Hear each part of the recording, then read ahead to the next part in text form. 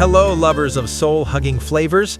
The air already smells of incense, flowers, and pan de muerto. Yes, Dia de Muertos is almost here.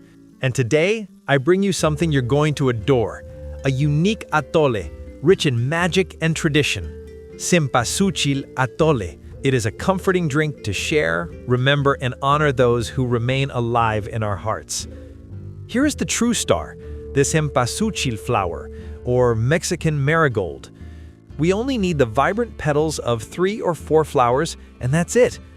Its intense yellow color symbolizes the sun, life, and the energy that never dies. Did you know this flower is used in ice cream, desserts, and even creams and quesadillas? Yes, it's incredibly versatile. And the best part is that it's in its maximum splendor right now. On the ofrenda, or altar, the cempasúchil represents the light that guides souls back to the world of the living. It is the golden bridge that connects 2 worlds. And when you prepare this atole, it is as if you are also lighting a little flame of love and memory. First, we thoroughly clean the petals. You can use a few drops of disinfectant or the grandmother's trick, a little vinegar and salt. Let them rest for about 10 minutes and they're ready. Next, we blend them with 2 cups of water for about 3 minutes until the color and aroma are completely released. Strain the liquid and we are left with that golden essence, our base elixir. And before you forget, a touch of orange or lemon zest adds a freshness that elevates the whole flavor. Try it, you'll see. Now comes the part where magic turns into flavor. In a saucepan, place a cone of piloncillo or panela, a piece of cinnamon stick, and some star anise. Immediately pour in the cempasúchil liquid.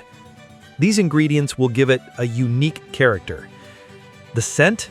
Wow, it's a caress to the soul. Let it cook for about 10 minutes so all the aromas can embrace each other. While the atole is boiling, we prepare the thickening agent. In the blender, place about 200 grams of corn masa, the kind you use for tortillas, and a liter of milk. It can be whole or lactose-free, whichever you prefer. Blend very well until it is lump-free. This mixture will give the atole that velvety body that we all love.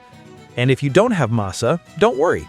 Use corn flour, about 4 or 5 tablespoons.